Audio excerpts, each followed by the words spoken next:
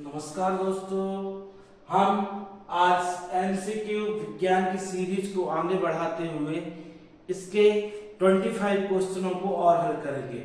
आप सभी का स्वागत है 12वीं की पाठशाला में। आप सभी मेरे चैनल को सब्सक्राइब करें, लाइक करें, हो सके तो अधिक से अधिक शेयर करें।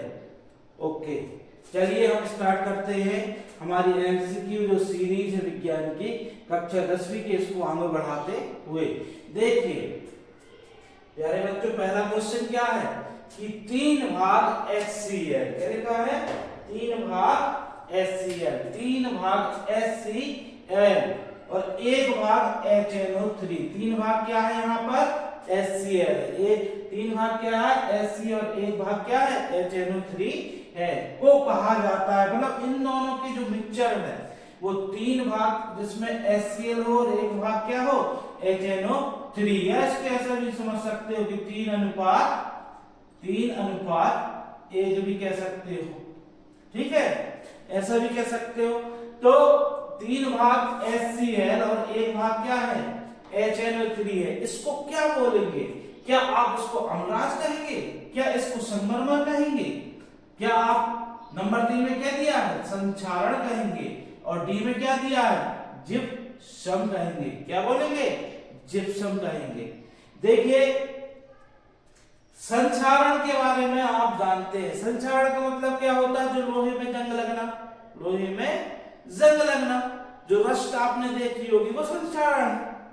जब लोहा वायु की उपस्थिति में, वायु नमी की उपस्थिति, उसमें एक लाल भूरी परत जम जाती है ना, लाल परत जम जाती है, उसे क्या बोलते हैं संक्षारण। तो ये वाला हमारा नहीं हो सकता है। आपको मालूम हो संगमरमर कितनी बार सुने हैं? संगमरमर बेड़ा करते हैं आप लोग। संगमरमर की चट्टानें, संगमरमर के फर्श होते हैं हमारे घर में। तो भाई इनका मिश्रण थोड़ी है वो कि हमारे HCl और HNO3 का मिश्रण थोड़ी है, नहीं है। जिप्सम भी नहीं हो सकता है, इसके बारे में भी आपने पढ़ा है, जिप्सम के बारे में पढ़ा है ना। ओके, तो क्या बचा हमारे पास? अम्लराज। क्या बचा? अम्लराज। इसका आंसर क्या है? Number A, Amalraj. तो कह सकते हैं कि 3 भाग HCl और 1 भाग HNO3 के मिश्रण को हम लोग क्या बोलते हैं? अम्लराज कहते हैं। ओके, इसी में मैं आपको बता दूं कि जो गांव में आते हैं कि आपके गहनों को हम बहुत साफ सुथरा कर देंगे, वो इसी मिश्रण का उपयोग करते हैं, जिससे क्या होता है आपके गहने का कुछ भाग उस मिश्रण में घुल जाता है। अगला क्वेश्चन देखते हैं। चलिए दूसरे नंबर में क्या है? लंबे समय तक सेवन न करने पर सूखे मेवे सड़ जाते हैं। कि लंबे समय तक आपने देखा है जो ड्राई फ्रूट होते हैं, सूखे मेवे मतलब ड्राई फ्रूट होते हैं, सुखा के जो हम फलों को रखते हैं, जैसे काजू हुआ, किशमिश हुआ, तो ये बहुत लंबे समय तक सेवन न करने पर सूखे मेवे क्यों सड़ जाते हैं? बताइए आप। ताप नंबर 1 क्या दिया है? ताप में परिवर्तन से। नंबर 2 क्या दिया? जंग लगना। विकृत गंधिता से या कोई नहीं। देखो जंग लगना अब भी हमने संक्षारण के बारे में पढ़ा था, जो तो हो ही नहीं सकता, हमारा नहीं हो सकता ना। अब ताप में परिवर्तन से नहीं हो सकता। जब मेवे को सुखा दिए तो ताप में परिवर्तन से क्यों होगा? बताइए किसके कारण होता है? विकृत गंधिता के कारण होता है। किसके कारण होता है?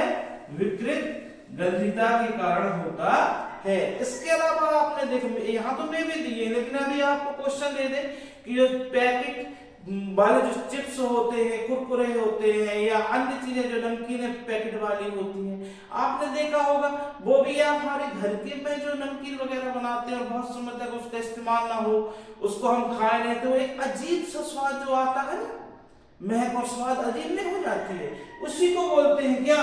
विकृत गंधिता कहते हैं। अगला क्वेश्चन देखिए, टमाटर में कौन सा अम्ल होता है? टमाटर खाने वाला टमाटर होता है ना, इसमें कौन सा अम्ल होता है? टमाटर में कौन सा अम्ल होता है? एसिटिक अम्ल होता है क्या? हाइड्रोक्लोरिक अम्ल होता है क्या? ऑक्सैलिक अम्ल होता है क्या? टाइट्रिक अम्ल होता है। हाइड्रोक्लोरिक अम्ल का मतलब क्या हुआ? इसका मतलब HCl हो गया। गया, तो ये तो है ही नहीं, मालूम है। ओके, क्या होगा इसमें? इसमें होगा हमारा ऑक्सैलिक अम्ल। टमाटर में कौन सा अम्ल पाया जाता है? ऑक्सैलिक अम्ल पाया जाता है। आई बात समझ में? ओके, चलिए अगला क्वेश्चन क्या है? सोडियम हाइड्रोजन कार्बोनेट का सामान्य नाम क्या होता है? धोने के सोडे को इसका सूत्र क्या होता है? इसका होता है Na2CO3 और 10H2O। 10H2O। बेंजीन टून का क्या होता है? CaOCl2। बेकिंग सोडे का क्या होता है? NaHCO3। ये हमारा बेकिंग सोडे का सूत्र है ना? बेकिंग सोडे का सूत्र है। ओके, नीला होता इनमें से क्या हो सकता है? Sodium hydrogen carbonate. देखिए, सोडियम हाइड्रोजन और कार्बोनेट से कार्बोनेट, तो कौन सा है? नंबर तीसरा वाला है। क्या है? Baking soda. इसी साधारण नाम क्या बोलते हैं हम? सामान्य नाम इसका है बेकिंग सोडा। अगला क्या है? निम्न में से कौन सी अधातु द्रव होती है? निम्न में से कौन सी अधातु द्रव होती है? बताइए। फ्लोरीन, फास्फोरस, ब्रोमीन या आयोडीन? क्या है द्रव अवस्था की धातु? द्रव अवस्था की धातु कौन सी है? इधर आपको ध्यान रखना, पूछा क्या है कि कौन सी अधातु द्रव अवस्था में होती है। देखिए, क्वेश्चनों को बहुत अच्छे से पढ़ना आप लोग, नहीं तो द्रव देखे तो लगा दिए अधातु की जगह धातु लगा देंगे हम लोग। ऐसा नहीं करना हमको, हमें पढ़ना है अधातु कौन सी है? वो है ब्रोमीन। क्या है? ब्रोमीन है। क्या है?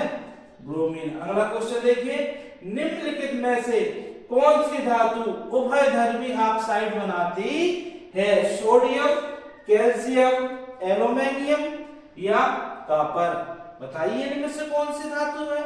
इसमें से धातु हमारी एल्यूमीनियम, जिसका उभयधर्मी ऑक्साइड क्या होता है? इसका उभयधर्मी ऑक्साइड Al2O3। इसका जो उभयधर्मी ऑक्साइड है। और हमारा ऑप्शन नंबर सी इसका सही होता है। Okay, option number C aluminium. ठीक है, चलिए अगला क्वेश्चन क्या हमारा कि बंकमिस्टर फ्लोरीन एक अपरूप है। यह किसका अपरूप होता है? एक कार्बन 16 होता है। बंकमिस्टर फ्लोरीन को हम क्या बोलते हैं? कार्बन 16 भी बोलते हैं। यह किसका अपरूप हो सकता है? फास्फोरस का या सल्फर का अपरूप हो सकता है। सी नंबर में दिया कार्बन का और डी में दिया है टिन का। तो इसको हम क्या बोल सकते हैं? और कार्बन 16। इसका मतलब क्या हुआ कि कार्बन का अपरूप। किसका अपरूप है? हमारा सी नंबर का सही होगा। यह बंकमिस्टर फ्लोरीन कार्बन का अपरूप होता है। इसके अलावा कार्बन के और दो अपरूप होते हैं। कौन कौन से होते हैं? हीरा होता है, ग्रेफाइट होता है। हीरा और ग्रेफाइट दो अपरूप होते हैं। अगला क्वेश्चन देखते हैं, हाइड्रोकार्बन का पूर्ण दहन देता है। कोई भी एक हाइड्रोकार्बन हम ले लेते हैं, उसके पहले ऑप्शन देखते हैं। इसमें क्या लिखा है? CO plus H2O, carbon monoxide और पानी देता है। फिर बी नंबर में क्या है? CO2 यानी कार्बन डाइऑक्साइड और जल देता है। सी नंबर में क्या है? कार्बन मोनोऑक्साइड और हाइड्रोजन या कार्बन डाइऑक्साइड या हाइड्रोजन गैस। चलिए हम देखते हैं क्या देता है। मान लो हम एक हाइड्रोकार्बन ले रहे हैं जिसका नाम है मेथेन। इसका दहन कराते हैं काय के साथ? ऑक्सीजन के साथ दहन कराते हैं। तो क्या होता है? जैसे दहन होता है क्या बनेगा बताइए? इसमें बनती है CO2। क्या बनती है? CO2 प्लस क्या बनेगा? दो अणु बनेंगे H2O के, और क्या निकलेगी? प्लस इसमें क्या निकल जाएगी? ऊष्मा। क्या निकलती है? ऊष्मा निकलती है। निकलती है ना। देखिए समीकरण हमारा संतुलित है कि नहीं है, परफेक्ट समीकरण।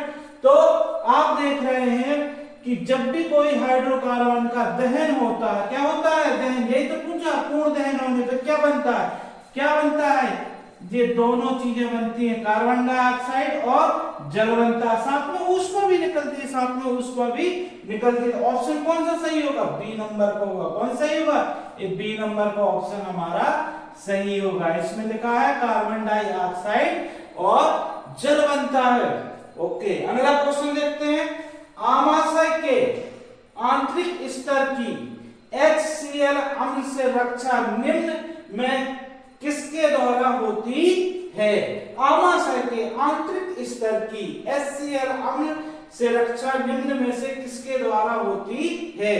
HCl मतलब हाइड्रोक्लोरिक अम्ल से हमारा जो आमाशय होते है उसके आंतरिक जो स्तर होता है वो उसकी रक्षा कौन करता है, देखते हैं कौन करता है। क्या पेप्सिन करता है, क्या म्यूकस करता है, क्या सी नंबर में क्या दिया है, लार एमाइलेज दिया है, और डी नंबर में दिया है पित्तरस। क्या करता है, पित्तरस। तो इनमें से म्यूकस, इसमें से कौन रक्षा करता है हमारे आमाशय की, किससे रक्षा करता है, हाइड्रोक्लोरिक अम्ल से रक्षा करता है। कौन करता है, म्यूकस करता है। कौन करता है, म्यूकस। डी नंबर का हमारा सही है, बी नंबर का हमारा सही है। ओके, बी नंबर देखिए, बी नंबर का सही है।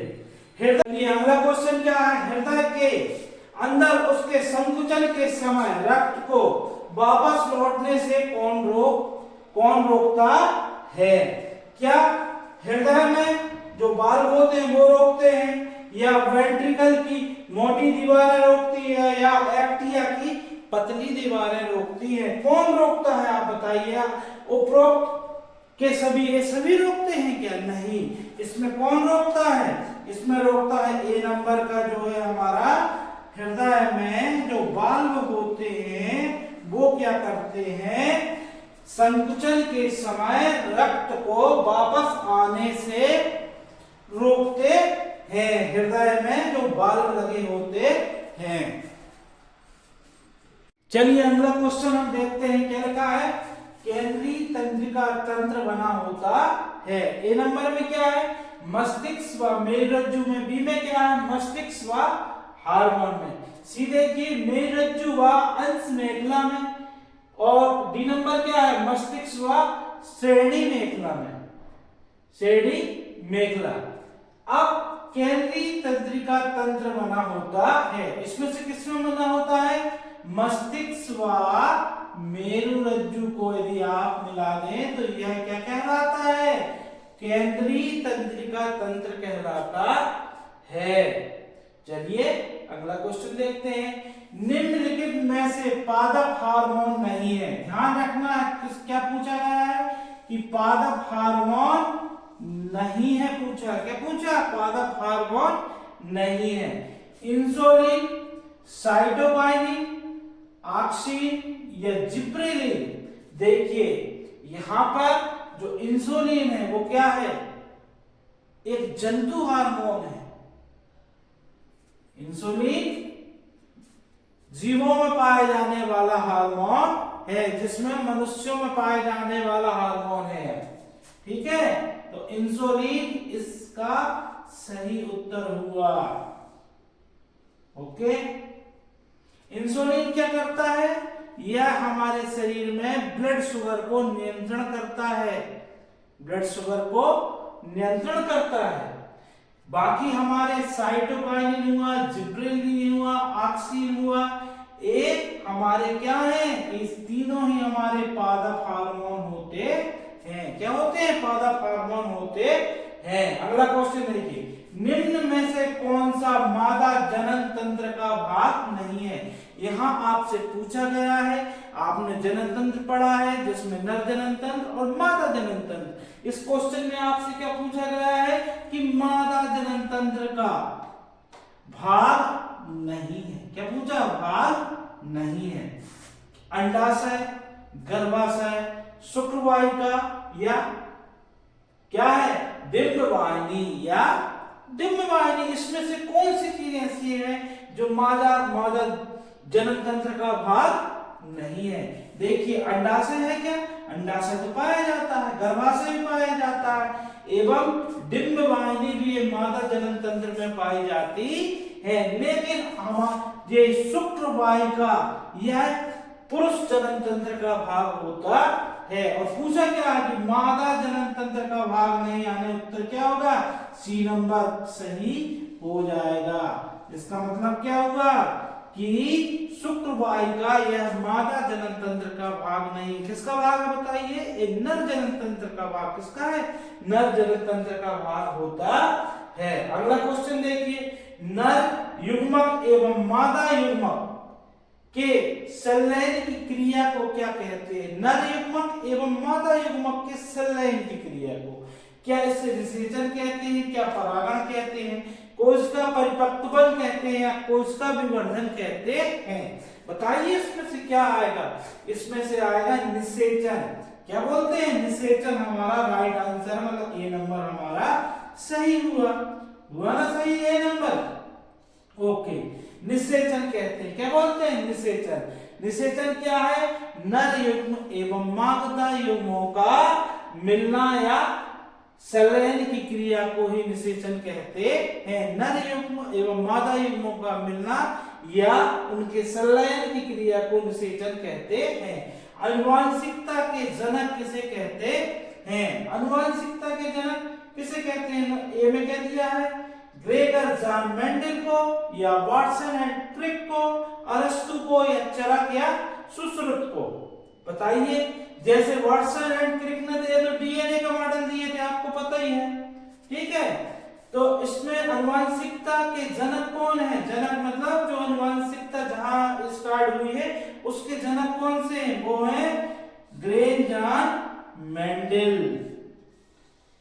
ग्रेगर जॉन मेंडल आनुवांशिकता के जनक होते हैं। मेरे चैनल को सब्सक्राइब करें, लाइक करें, हो सके तो शेयर करें। अगला क्वेश्चन देखते हैं, मेंडल ने किस पौधे पर प्रयोग किया।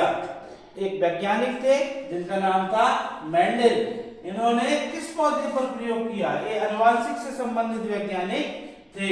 सेम के पौधे में, मटर के पौधे में, चने के पौधे में, या डी नंबर में क्या दिया गया है, गेहूं के पौधे में। बताइए किस पौधे में किया है इन्होंने, किस पौधे में, मटर के पौधे में। ओके, हमारा बी नंबर का ऑप्शन यहाँ पर राइट है, मटर का पौधा। कौन सा पौधा, मटर का पौधा। अगला क्वेश्चन हम देखते हैं, समतल दर्पण की फोकस दूरी होती है। ध्यान रहे, कौन से दर्पण की पूछा गया है, समतल दर्पण की। कौन से दर्पण की, समतल दर्पण की। ओके, तो समतल दर्पण की फोकस दूरी होती कितनी होती है, क्या अनंत होती है। बी नंबर में 2 सेंटीमीटर, सी में 1 सेंटीमीटर, और डी में क्या दिया गया है, 10 सेंटीमीटर। कितनी होती है बच्चों, इसकी होती है, इसका नंबर ए सही है।